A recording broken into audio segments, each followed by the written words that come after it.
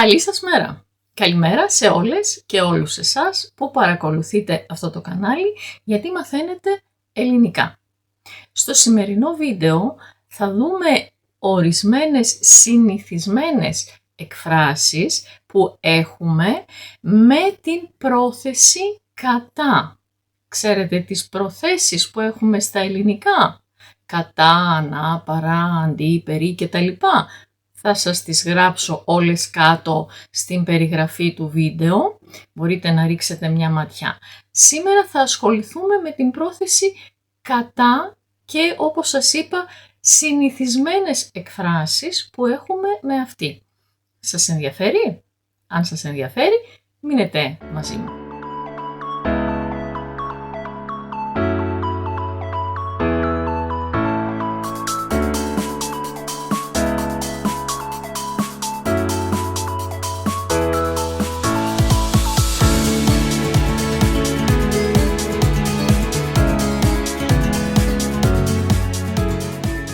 Εννοούμε όταν λέμε κατά βάθος. Βάθος, ξέρετε τι είναι?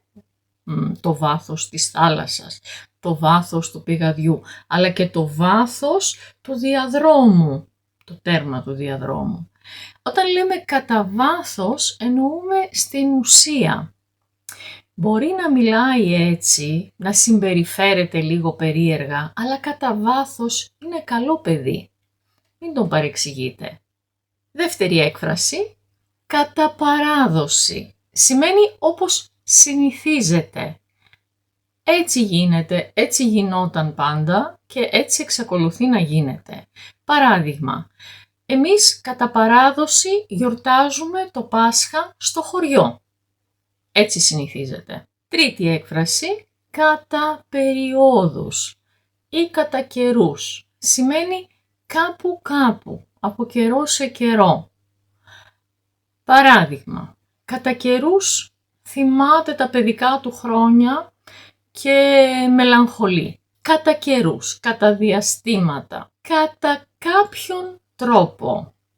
Σημαίνει κάπως. Κατά κάποιον τρόπο καταφέρνει πάντα να γίνεται το δικό της. Πώς το κάνει αυτό? Δεν ξέρω τον τρόπο, αλλά κατά κάποιον τρόπο, έναν τρόπο που δεν ξέρω, κάπως το κάνει αυτό. Κατά κανόνα. Κατά κανόνα, ξέρετε τι είναι ο κανόνας? Έχουμε κανόνες στη γραμματική, ας πούμε, που λένε ότι αυτό γίνεται έτσι, αυτό γίνεται έτσι. Κατά κανόνα, όταν λέμε, εννοούμε συνήθως. Κατά κανόνα, οι ηλεκτρικές συσκευές έχουν 2 χρόνια εγγύηση. Μπορεί να μην ισχύει για όλες τις ηλεκτρικές συσκευές, όμως κατά κανόνα αυτό ισχύει. Αυτός είναι ο κανόνας. Κατά λάθος. Τι σημαίνει κατά λάθος? Σημαίνει κάτι που έγινε από λάθος, έγινε χωρίς να το θέλω. Πέρασε και κατά λάθος με χτύπησε και μετά ζήτησε συγγνώμη. Συγγνώμη, κατά λάθος, δεν το ήθελα. Κατά τύχη, επίσης σημαίνει ότι κάτι δεν ήταν προγραμματισμένο να γίνει, προσχεδιασμένο, αλλά έχει και την έννοια του θετικού. Ήμουν στο κέντρο και κατά τύχη συνάντησα τον Κώστα. Σημαίνει ότι δεν ήταν προγραμματισμένη μια συνάντηση, περνούσα στο δρόμο και τον είδα, αλλά ότι ήταν και κάτι θετικό. Κατά συνέπεια. Κατά συνέπεια σημαίνει συνεπώς, ως αποτέλεσμα κάποιου πράγματος και τη χρησιμοποιούμε την έκφραση σαν το δεύτερο μέρος ενός συλλογισμού. Για παράδειγμα, μπορώ να πω, τα τουριστικά καταλύματα στη διάρκεια της υψηλής περίοδου είναι πολύ ακριβά. Κατά συνέπεια, πολλοί άνθρωποι δεν μπορούν να πάνε διακοπές τον Ιούλιο και τον Αύγουστο, επειδή τα οικονομικά τους δεν επαρκούν. Είναι τα 2 μέρη ενός συλλογισμού. Τα καταλύματα είναι ακριβά, οι άνθρωποι δεν έχουν λεφτά. Κατά σύμπτωση. Κατά σύμπτωση σημαίνει επίσης τυχαία. Κάτι που συνέβη και που συνδέεται με κάτι άλλο όμως. Για παράδειγμα, μου έδωσε το τηλέφωνο ενός ηλεκτρολόγου, ο οποίος κατά σύμπτωση ήταν ένας παλιός μου συμμαθητής. Έψαχνα έναν ηλεκτρολόγο, ο φίλος μου, η φίλη μου έδωσε ένα τηλέφωνο, παίρνω τηλέφωνο και καταλαβαίνω ότι κάπου ξέρω αυτή τη φωνή. Α, είναι ο Γιώργος, ο συμμαθητής μου από το γυμνάσιο. Κατά μέρος. Κατά μέρος σημαίνει στην άκρη. Παραμερίζω κάτι, το αφήνω στην άκρη. Παράδειγμα, ας αφήσουμε επιτέλους οι άνθρωποι κατά μέρος τις διχόνοιες και ας συνεργαστούμε για να έχει μέλλον αυτός ο πλανήτης.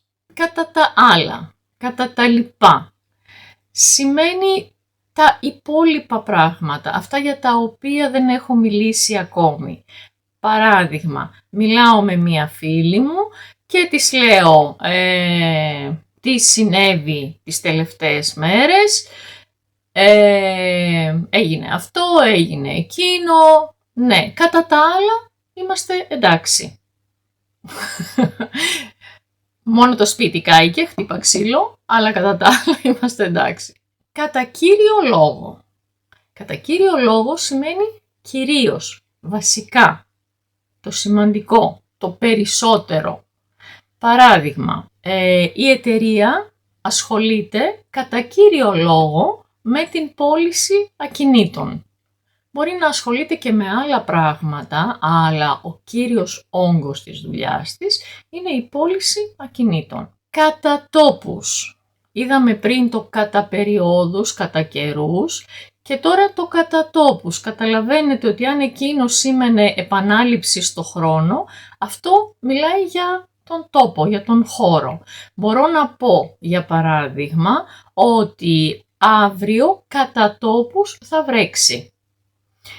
Σημαίνει ότι δεν θα βρέξει παντού, αλλά μπορεί να βρέξει εδώ, μπορεί να βρέξει εκεί, σε διάφορα σημεία. Κατά κύματα. Το κύμα στη θάλασσα είναι κάτι που έχει αυτό το σχήμα που πάει, ξαναπάει και ξαναπάει. Οπότε αν πω οι διαδηλωτές έφτασαν στην πλατεία κατά κύματα, σημαίνει ότι μία ομάδα ανθρώπων έφτασε και μετά μία άλλη ομάδα και μετά μία τρίτη ομάδα, όπως κινούνται τα κύματα. Κατά κύματα. Κατ' εξακολούθηση ή και κατ' επανάληψη λέμε. Το χρησιμοποιούμε αυτή την έκφραση όταν θέλουμε να μιλήσουμε για κάτι που γίνεται και επαναλαμβάνεται. Παράδειγμα, έχω πει κατ' επανάληψη ότι απαγορεύεται αυτό το πράγμα, αλλά κανείς δεν μ' ακούει. Το είπα πολλές φορές, ξανά και ξανά το επανέλαβα. Κατ' εξακολούθηση, επίσης πολλές φορές.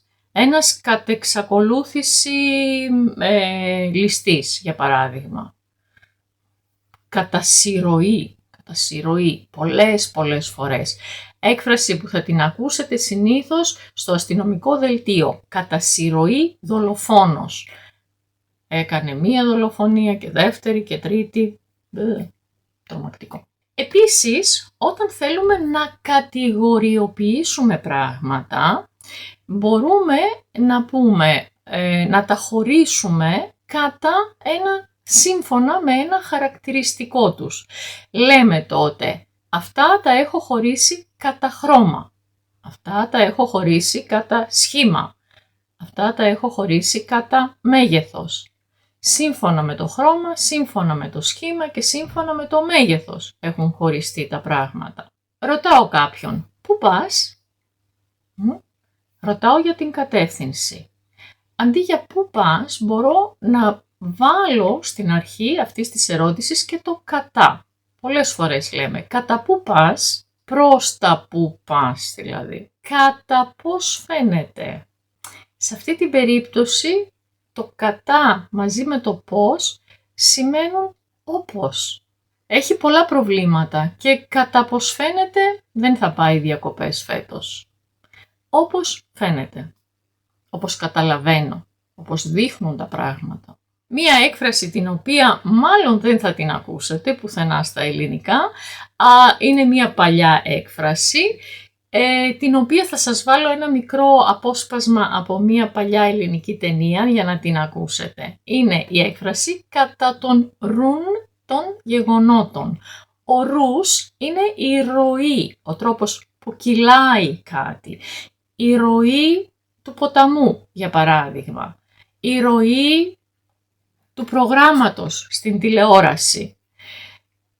Ο ρους των γεγονότων είναι η ροή, η συνέχεια των γεγονότων. Όταν λέω κατά τον ρουν των γεγονότων, σημαίνει έτσι όπως συνέβησαν τα πράγματα, το ένα μετά το άλλο. Και κατά τον ρουν των γεγονότων, δείτε στην περιγραφή του βίντεο τι έπαθε η κοπελιά. Για το τέλος, σας έχω μία ερώτηση.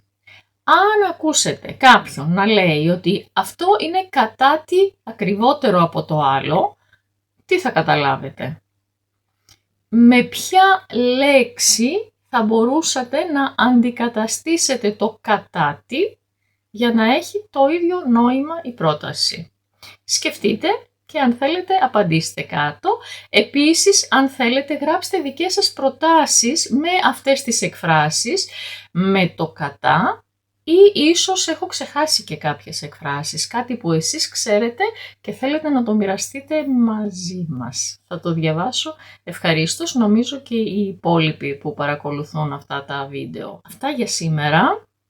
Τελειώνει ο Ιούλιος σιγά σιγά. Ελπίζω να είστε όλοι καλά, ελπίζω να κάνατε μπάνια, να πήγατε διακοπές ή να ετοιμάζεστε να πάτε διακοπές και όπως και να έχουν τα πράγματα, εύχομαι να περνάτε καλά όπου και όπως και αν είστε. Αυτά. Σας χαιρετώ. Γεια σας.